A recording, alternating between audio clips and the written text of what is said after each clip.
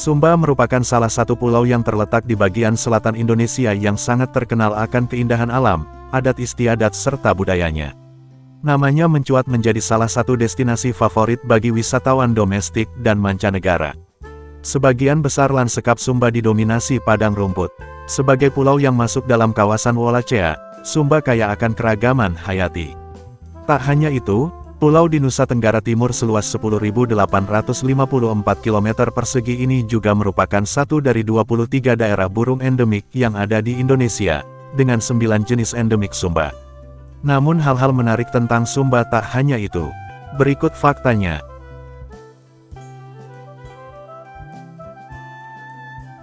Tradisi unik yang bisa ditemukan ketika berkunjung ke Pulau Sumba adalah tradisi cium hidung atau puduk dalam bahasa Sumba Timur.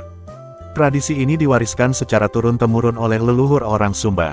Tradisi cium hidung bagi orang Sumba merupakan simbol kekeluargaan dan persahabatan yang sangat dekat. Cium hidung juga merupakan simbol perdamaian bila ada pihak yang berseteru dan ingin berdamai. Tradisi cium hidung dilakukan dengan cara menempelkan dua hidung yang mengisyaratkan bahwa dua individu seakan sangat dekat dan tidak ada jarak. Sepintas, mirip dengan cium hidung ala suku Eskimo di Kutub Utara.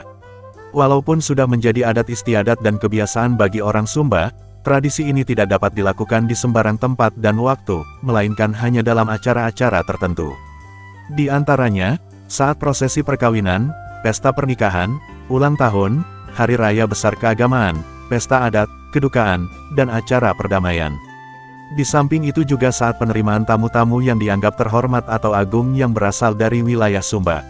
Lantas bagaimana dengan tamu-tamu yang berasal dari luar Pulau Sumba?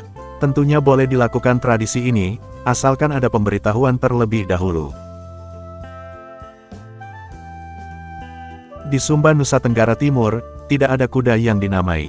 Alasannya karena kuda dipandang hampir sejajar dengan arwah nenek moyang. Bagi masyarakat Sumba, Ndara, nama setempat untuk kuda, bukan sekedar tunggangan.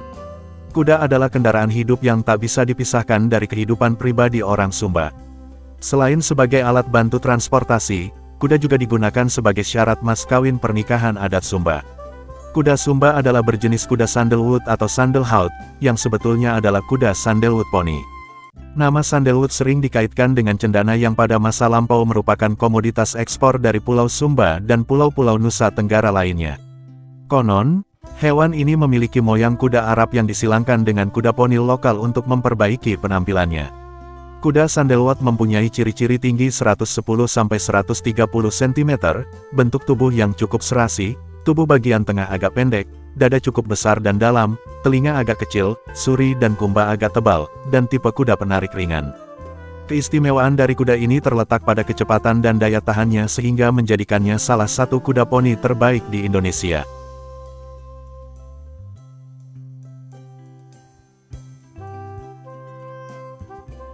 Perang Pasola merupakan ritual adat yang selalu diadakan setiap Februari atau Maret di Sumba Barat, Nusa Tenggara Timur. Tanggal pastinya ditentukan oleh seorang rato, atau tokoh adat. Tujuannya untuk merayakan musim panen serta memohon pengampunan. Dalam tradisi ini, wisatawan bisa menyaksikan langsung atraksi perang tombak antar suku dengan menunggang kuda. Tombak yang digunakan juga bukan tombak yang tajam, namun tetap saja akan ada yang terluka, entah kuda tunggangan ataupun para peserta pasola. Setiap tetes darah yang jatuh akibat peperangan ini justru dianggap bisa membawa berkah. Semakin banyak darah yang jatuh ke tanah, semakin subur pula tanah mereka. Suara teriakan dan semangat dari peserta bagaikan musik yang mengiringi jalannya tradisi ini. Konon korban jiwa yang jatuh dalam tradisi ini ialah mereka yang mendapatkan hukuman dari dewa karena melakukan suatu pelanggaran atau kesalahan. Kuda yang digunakan dalam tradisi ini juga bukan kuda sembarangan, melainkan kuda sandalwood yang asli dari Sumba.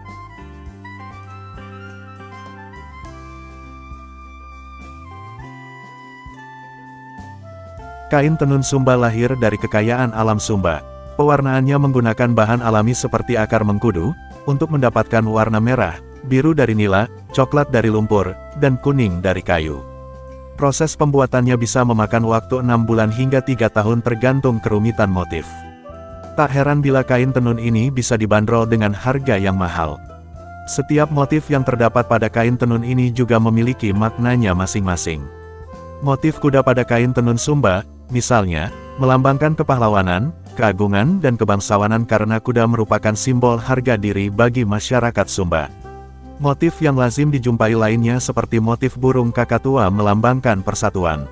Motif lainnya, seperti motif buaya dan naga, bermakna kekuatan dan kekuasaan raja, motif ayam melambangkan kehidupan wanita, serta motif burung, umumnya kakatua, melambangkan persatuan. Biasanya hanya raja dan ratu serta kalangan terdekatnya yang memakai motif ini. Manu Patauni merupakan masakan yang terbuat dari ayam kampung yang dimasak dengan campuran santan. Disajikan secara terpisah, daging ayam kampungnya dimasak hingga empuk dan bumbunya meresap hingga ke dalam. Sajian ayam ini menjadi salah satu menu khas yang sering disuguhkan untuk tamu yang datang. Masyarakat Sumba biasanya menyajikan hidangan ini dengan dua cara. Pertama, ayam bisa diberikan pada tamu, kemudian tamu akan merobek salah satu bagian ayam misalnya paha. Bagian inilah yang akan dikembalikan oleh tamu kepada tuan rumah. Sisanya untuk tamu dan jika tak habis, tamu harus membawa pulang sisa makanan tersebut. Cara ini berasal dari filosofi budaya zaman dulu yang bermaksud saling menghargai dan tidak menyisakan makanan agar rezekinya terus lancar. Nah, itulah fakta Pulau Sumba yang harus Anda ketahui. Dan bisa mengambil pelajaran dari kisah dan tradisi orang Sumba.